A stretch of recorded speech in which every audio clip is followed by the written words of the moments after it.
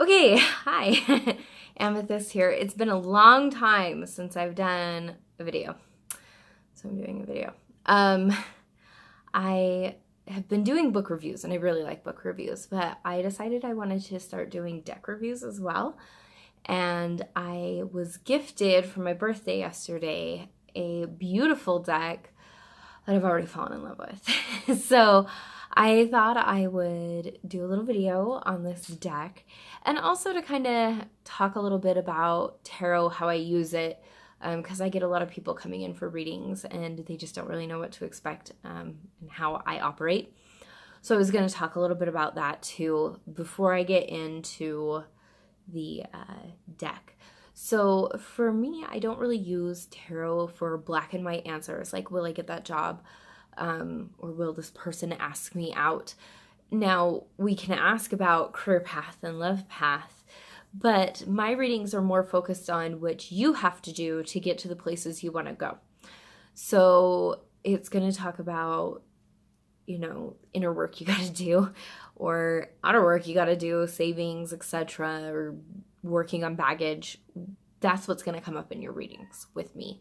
And that's why I named it the Ravensong Tarot Journey, because tarot has absolutely been a journey for me that has helped me grow and learn. It's a great tool for that. So that's kind of what my tarot readings are about and how I look at them. Also know that if you come get a reading from me, you're going to be leaving with homework. I'm going to have assignments for you. And I actually had a gentleman pay, as he paid me once, and I would have known I was going to get homework. Yeah, this is a tool that you build off of.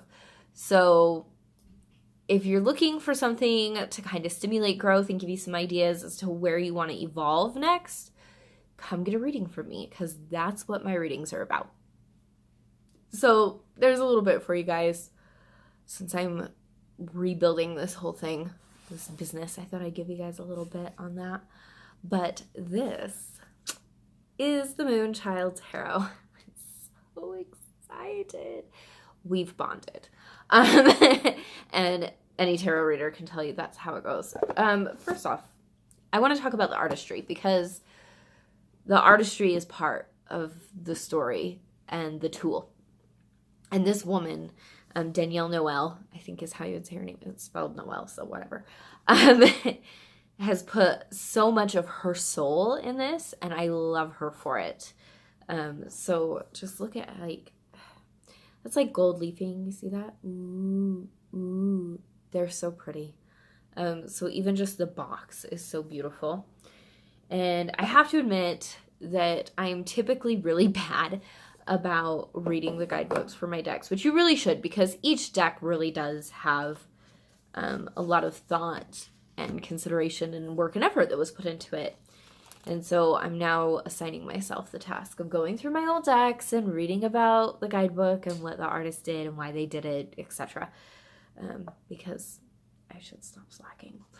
But this one I did read, and it was really good to connect with her and why she made this deck the way she did. It's gorgeous, by the way. We'll get to that in a second. I'll show you some cards and we'll talk about them. But it was also cool because she talks about, why the Moonchild and how she's always felt like drawn and called by the moon, which is something I highly relate to. When I was a kid, I remember one day a month, I just wanted to run. I wanted to go outside and I wanted to run in the night and just be wild and free. And this went on for a long time. I couldn't figure out what was going on with me this one night of the month. And then one night when it was happening again, my mom was in another room and I snuck outside because my mom was really overprotective and she didn't like me going outside, even in our own yard at night. I snuck out and saw it was a full moon. And I remember having the recognition right then and there that I was called by the moon and that it meant something to me and there was this soul connection. So it's cool that hey, there's other people that are out me out there. I'm nervous, if you can't tell. I haven't done one of these in a long time. And I'm just going to leave that because that's who I am. I kind of do these just by the seat of my pants. So let's have me stop geeking out and show you some cards. It's really cool in the bottom of the box. You are the dance of light and shadow. I thought that was really cool. I love little details like that. It's cool. The backs are really neat. We got that leafing again. I know that ancient Egypt had a lot of influence in these cards, and it shows in the artwork. And in this, very cool. I like the thickness of them. I like that they're matte instead of glossy. It's so much better. The glossy, to me, the glossy finish on tarot cards feels fake. So I really like this matte. It's got the gold on the sides, very pretty. They're thick, a little hard to shuffle. This deck, I'm getting it though. This deck is kind of cool because she added 3 extra cards that are not in the original tarot, which I've seen other people do and I didn't really like it, and I usually just kind of take them out. But these ones that she added with the purpose of the cards and everything, they're perfect. They're perfect. When I got this deck, I was so like enamored of it. I wasn't sure if I was going to use it for readings, if I was just going to keep it as a personal deck because I like it so much. And when I did the interview, it was like, no, you need to be doing readings with me. So I'm going to take a little time to get really familiar with these cards and build a relationship with them. And then this deck will be on offer for readings. Super exciting. Anyway, let's get to it and find some cards and kind of talk about the cards. So I always pay attention to the queens in a tarot deck. I'm a woman, whatever. I like the queens. And cups is my sign, like my element, water. I'm a water sign. Cups represent water. Pentacles are earth. Swords are air. And wands are fire. So Queen of Cups is one that I sometimes come up as in my own readings and in other people's readings, like my family members and stuff. I really like the design. It's beautiful. She did a really good job. These cards are gorgeous. So I like that one. I like the Devil. This card has so much like mood going on with the colors and the aesthetic. Really good job capturing that energy. And I kind of like talking about the Devil because it's interesting how we have different relationships to different cards.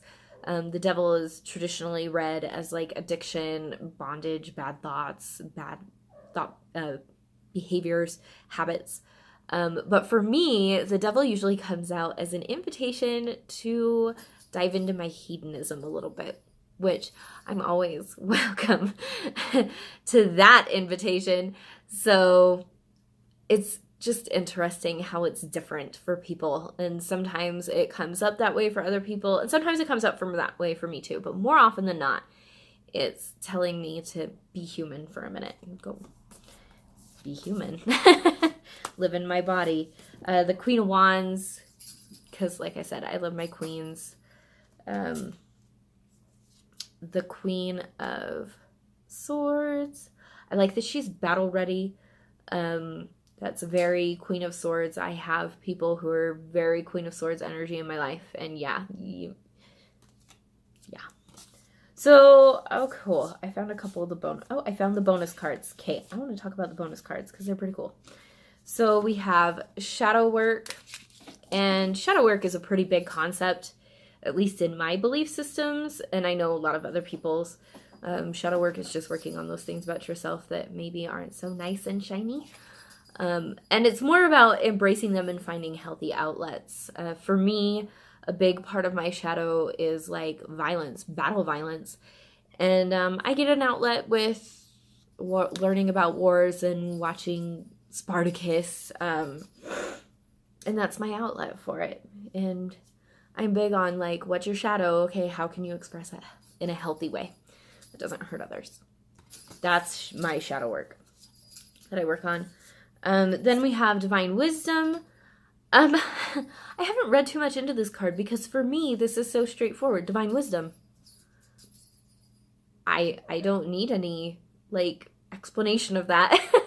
But maybe that's just me, but I can just really take this card at face value and go, yeah, Divine Wisdom. I know exactly what that is. I'm going to have to read up a little more on it. I haven't read the whole book. I read the introduction and all the introductory materials, but I haven't gotten to this card yet.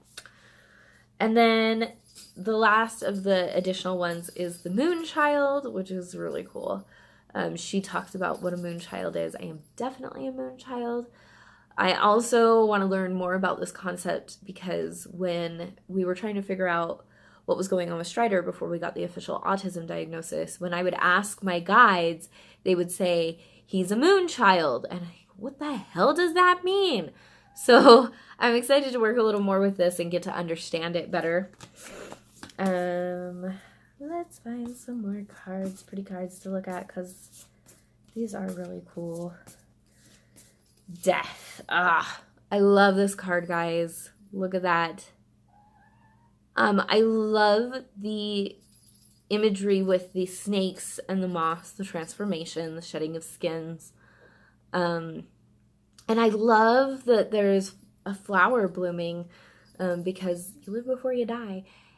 And I love that she's in this ecstatic dance.